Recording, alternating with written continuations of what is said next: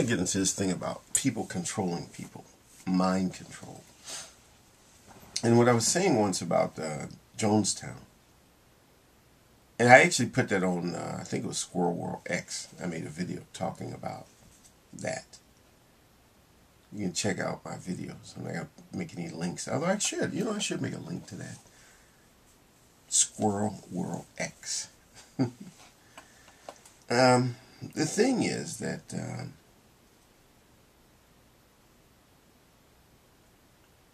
in cults, people in cults live in a different reality. That reality is created by the group along with the cult leader. Now, it's funny because I get to thinking about this. It's not that different from normal everyday things in a funny way. Cults are different because they make the news. When a bunch of people commit suicide or they do all kinds of things like the Charles Manson group. Cults don't necessarily have to be religious. When I think about Charles Manson's group, they weren't really necessarily religious. But what it is they have this one person who's the source of all the knowledge that they have, and everything is filtered through one individual. And what that person says, you pay attention to, and anything that runs contrary to that simply isn't the truth.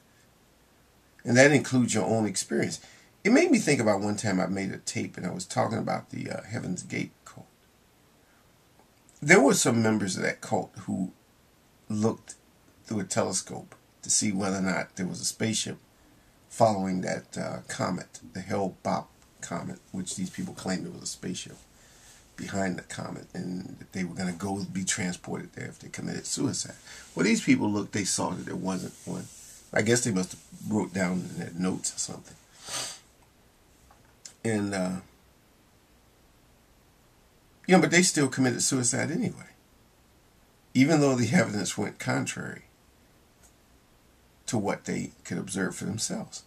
See, when you're in a cult, and I kind of know this because of being in the religion that I used to be in, and they don't call themselves a cult, but they are. Their thing is, you're supposed to listen to what they tell you about reality. Anything that runs contrary to what they say, you ignore, including what your own senses tell you, including what your own experiences tell you, your own feelings, your own intuitions, your own everything. You ignore all that, and you pay attention to the leader. Now, I know that I've seen a video where someone sort of criticized the idea of following one's intuition because that was evil and bad. Although they didn't use the word evil, but it was like, okay, it'll lead you to all kind of bad things. I actually say you should follow your intuitions. Because when you're in a cult, your intuitions tell you that something's not right, but you ignore that. You pay attention to what the cult leader tells you. You pay attention to what that individual tells you. And their writings and their doctrines and their whatever. And anything that goes away from that is wrong. And that's the very essence in their world of a sin. Anything that goes contrary to what the cult leader tells you is wrong. If you think about something, because many times when I was with the religion I was with, when I was with the Jehovah's Witnesses, I used to think that, this thing about the blood transfusion, something just didn't sit right with me. My intuition told me that's wrong. Long before logic and reason, just intuitive things told me that that's not right. It can't be. But I didn't ignore that. And I kept questioning and looking for answers and looking. And everything they said just seemed to be so inconsistent with what I thought God would be. So that's why I left them. I think that the people who say that you shouldn't follow your intuitions, I think they should think about that sometime. Think about it. Because I think that they think that intuition is the thing that leads people to a Heaven's Gate type situation. Or the thing that leads you to a Jonestown type thing. And I think it's the opposite. I think it's when people abandon their intuition. And they abandon their instincts. Because your instincts are really meant for your survival. And these type of things go contrary to your survival. They go contrary to your well-being. I think that your instincts and your intuitions are in favor of your well-being and your survival.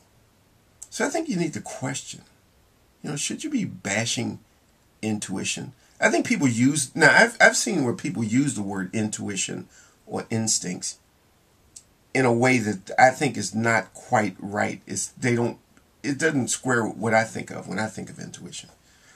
I think one thing that kind of helped me to understand intuition and instincts is like in my job, I work for the University of Illinois here in Chicago. And, there's a webcam, and I should actually make a link to that, now that I've mentioned it. There's a webcam of a falcon. There's a peregrine falcon. And I watch that falcon sometimes, Usually I'm doing my work. Sometimes I stop. But I can, and I'll take a look during break time and look at that falcon and watch. And she has these 3 young chicks that she's feeding. She'll catch birds. She'll bring you. You don't actually see her catch the birds, although I have seen her do it. When I was walking around the campus, because she has a nest in the tallest building in campus.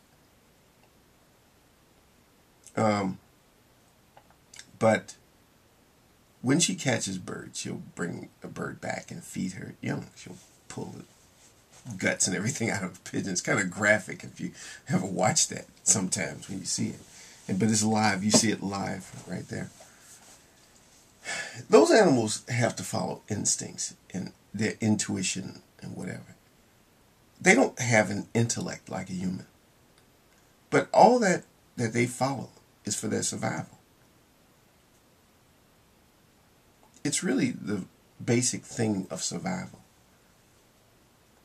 It's what you need to do to have survival and well-being.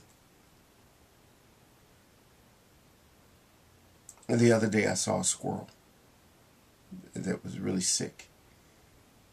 And I wanted to help that squirrel. Sometimes I get to thinking, but then I thought, that squirrel is moving around, it's doing whatever it needs to do to try to survive. Although I don't think it's going to survive very long. But sometimes we want to interfere. We get so smart as humans and we want to jump in. Sometimes we need to step back. My point is, though, I think this video can go on, and I don't want to go on with this all day. But it's just about the people who criticize following your intuition and instincts. I think it's just something to think about, Do you think that people should abandon what they need to abandon, what they need for survival? I think you have to combine instincts with intellect. Yes, intellect helps us, but so does instinct and intuition, the combination of the two. That's the key.